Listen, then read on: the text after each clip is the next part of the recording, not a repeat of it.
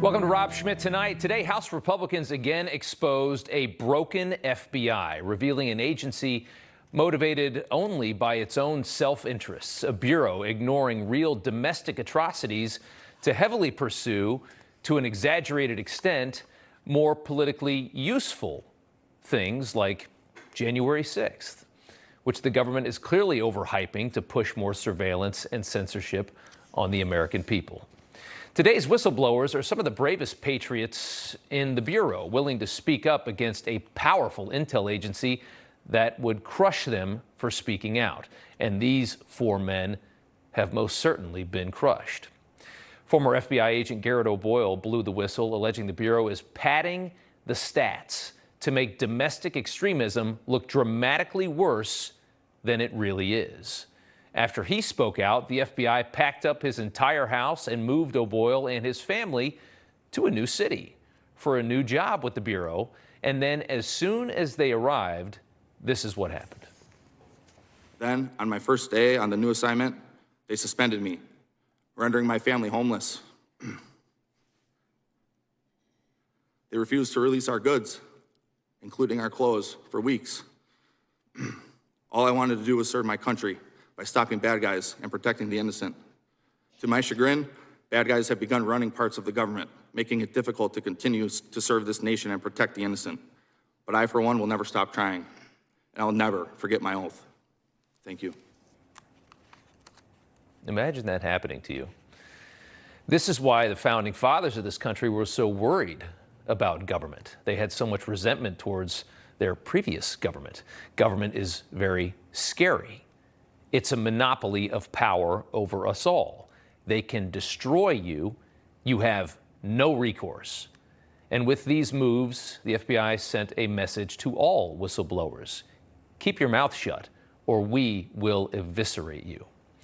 O'Boyle's allegation is the FBI is following the same basic playbook as the White House right now: manufacture a crisis of domestic extremism to create the need and the political will for more control over the people, for more power.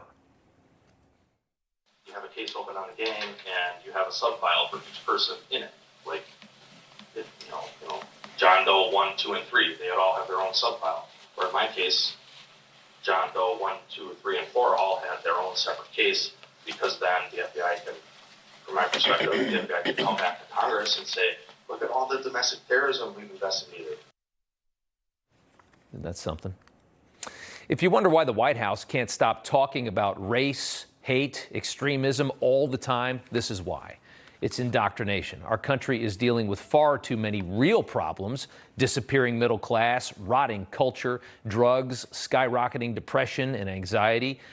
But those get no attention because solving real issues doesn't benefit the government and their selfish needs. It won't help government grow any larger to fix those problems. It won't give government any more control. In fact, fixing most of the real issues that we have will give government far less control. A healthier society needs a whole lot less government.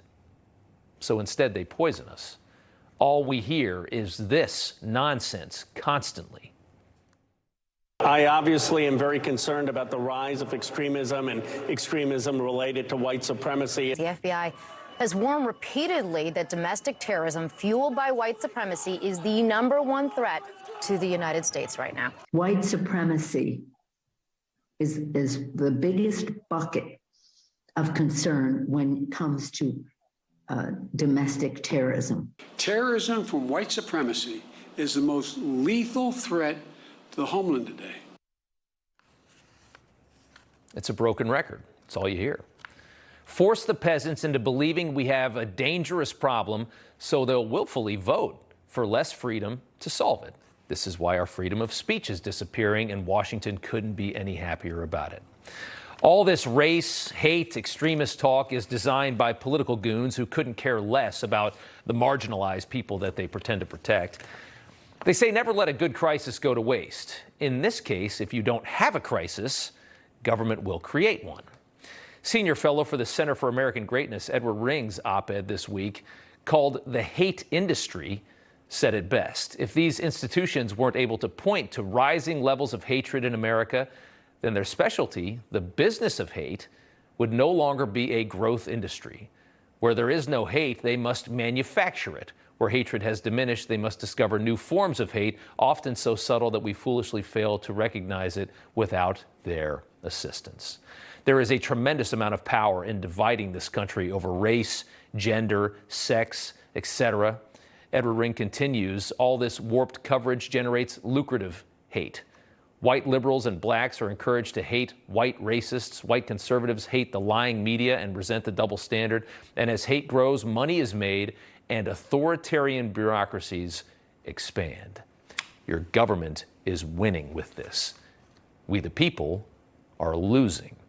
It is a sobering reality when you realize how our government really looks at our society, deviously scheming how to attain more power by any means necessary, by hurting us if they have to. Thankfully, some are pushing back, like whistleblower Steve Friend, a former FBI agent. Here he was today. Working as an FBI special agent was my dream job. My whistleblowing was apolitical and in the spirit of upholding my oath.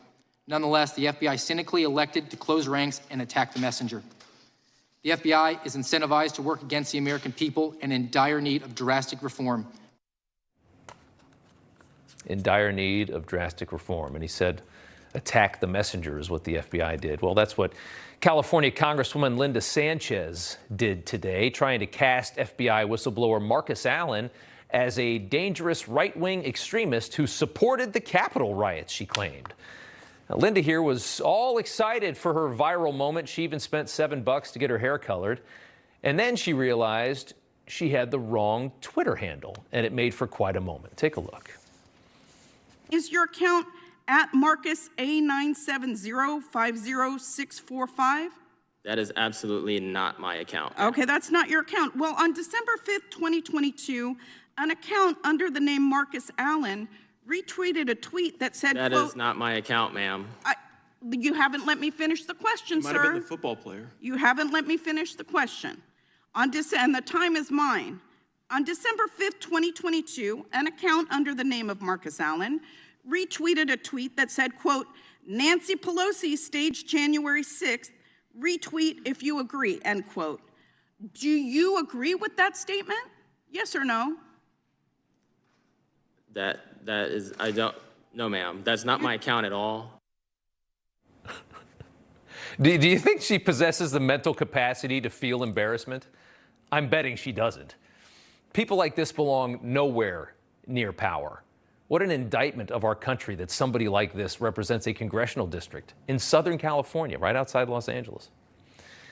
Democrats on this committee were enraged today when one whistleblower's prior testimony was withheld from them. They could not access the information. They didn't have a manuscript of that prior testimony, something that was done at whistleblower Stephen Friend's request after Democrats slandered his name with false information to the media back in March.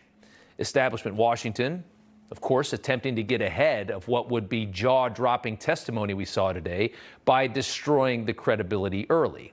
The media ran with that story a couple months ago, and then, as we're so often accustomed to these days, realized later that it was fake news and had to publish embarrassing retractions after they found out that Steve Friend is actually legit. The Post, Rolling Stone had to retract the story. Just like with Russiagate, the media once again duped by the Democrat Party that they so blindly and loyally protect. All right, FBI whistleblower Steve Friend spoke at today's hearing, and he joins us now. And, sir, thank you so much for coming on tonight. Thank you very much for having me. So you blew the whistle on the FBI over its handling of the January 6th Capitol riots, saying the Bureau was sending SWAT teams to the homes of compliant suspects in a way to make J6 look even more extreme. Another whistleblower alleges the FBI is padding stats to create the appearance of a country with a major domestic extremism problem. Why do you believe that the FBI is doing all this? I think it all comes down to its integrated program management protocols, which are in place and have been in place for about a decade. The best way to explain it is a traffic cop trying to hit a quota. The FBI sets quotas for itself to meet, And in order to meet those, they have to gin up the numbers in any way possible to justify the funding that it receives from Congress. And it's no mystery why in the last 10 years since IPM has been brought in, the number of domestic terrorism cases has quadrupled in the FBI. And the scariest part of all is senior executives receive financial compensation and bonuses for meeting these metrics.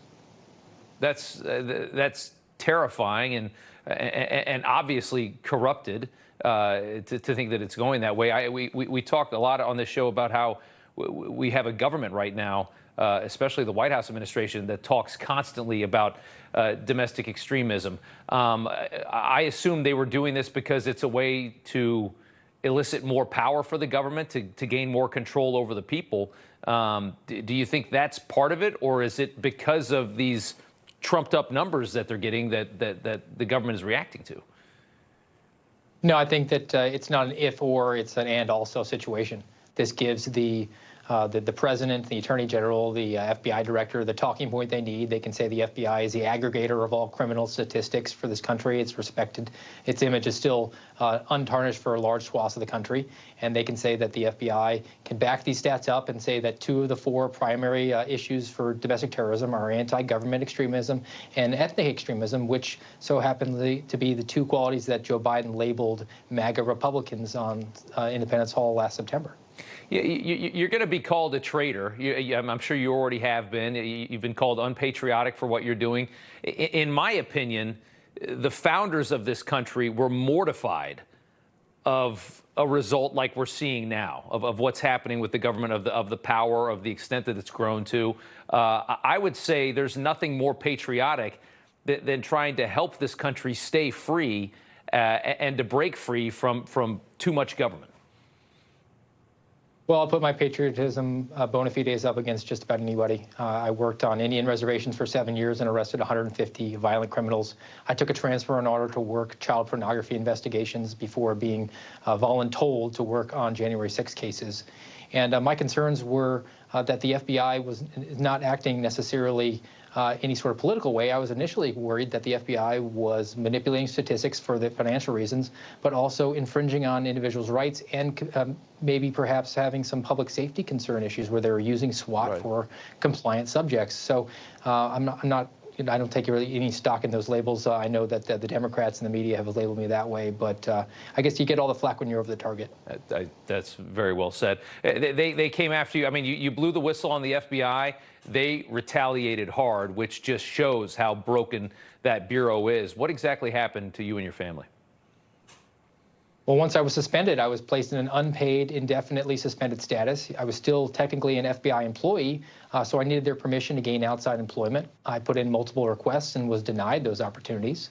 I also submitted requests for my training documents, which the FBI didn't furnish initially and then only gave some and has still refused to validate when state authorities in Florida have asked to confirm that they are legitimate, so I can't get outside employment that way. They issued an illegal gag order on me and told me I wasn't allowed to discuss the matter with my family or even my attorney. And then recently the FBI has permanently revoked my security clearance, and I guess it's sort of like shooting a dead body. It doesn't matter since I don't work for them anymore, but if I wanted to do something later on in my career and use my skills for anything that requires a security clearance, it's obviously going to make that very difficult. They're sending a very clear message. If you screw with us, we will destroy everything that you have. They're trying to silence anybody else that would possibly come out and to describe and to reveal the rot that has become of that bureau, and that is horrifying. If you widen this out, how do we save this? This country needs an FBI, but it also needs an FBI that's generally concerned with the people and with keeping the country and the people in it safe. This FBI sounds like it's completely self-involved and has been corrupted. How do you fix it? I think we need to take a step back and realize that the country existed before the FBI, and it can exist after the FBI. And that doesn't mean that we're going to do away with federal law enforcement. There are plenty of other agencies that do a great job. And at least in my experience, I worked with a lot of local detectives and police officers who were very qualified as investigators, and there's no reason why the United States Marshal can't deputize those individuals to pursue federal investigations along with state investigations, and that way they can address crimes that are occurring on the main street of their town as opposed to the issues that K Street wants addressed in Washington, D.C. Right.